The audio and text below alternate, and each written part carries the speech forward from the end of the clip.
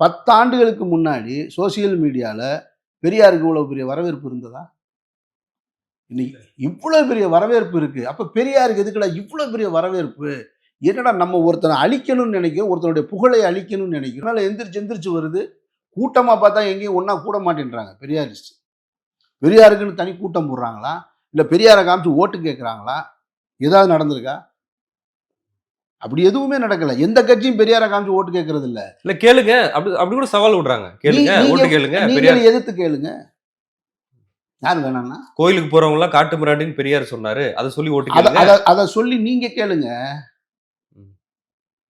கோயிலுக்கு போறவங்கலாம் பெரியார் காட்டு மிராண்டின்னு சொல்லியிருக்காரு. அந்த பெரியார தான் திமுகவும், அதிமுகவும் தலைவர்களா வச்சிருக்காங்க. அதனால அவங்களுக்கு ஓட்டு போடாதீங்கன்னு சொல்லி கேளுங்க. அப்படி போய் கேளுங்க. நீங்க தான் உங்களுக்கு தானே அந்த உரிமை இருக்கு. அவர் ஒரு தப்பான கருத்த பதிவு பண்ணியிருக்காரு. அதனால இவங்க மறைச்சுட்டாங்க. திமுகவும், அதிமுகவும் அப்படி எடுத்துக்கிருவோம். அவருடைய கருத்து இன்னைக்கு அது சொன்னா மறைக்கப்பட்ட எடுபடும் கருத்து இல்லையே.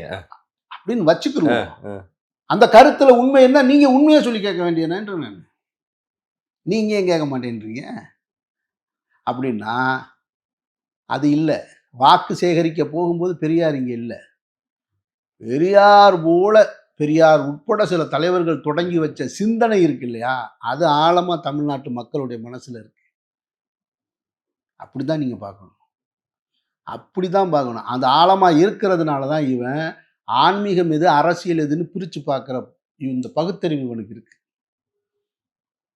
அந்த இடத்துல தான் இவன் பெரியார் மண்ணுன்றான். அதனால தான் அத பெரியார் மண்ணுன்னு சொல்றாங்க. உடனே பெரியார் மண்ணுன்னா 24 மணி நேரம் கடவுள் மறுப்பு கொள்கைய பேசிக்கிட்டு இருக்கிற மண்ணா இது? இல்ல. அந்த இடத்துல அது பெரியார் மண்ணா மாறி நிக்குது.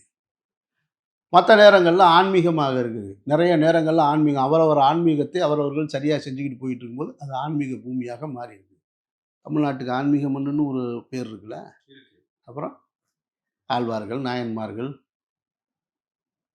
அவங்களெல்லாம் யாராவது அவமானப்படுத்துறாங்களா? உதாசீனப்படுத்துனாங்களா? கொச்சைப்படுத்துறாங்களா?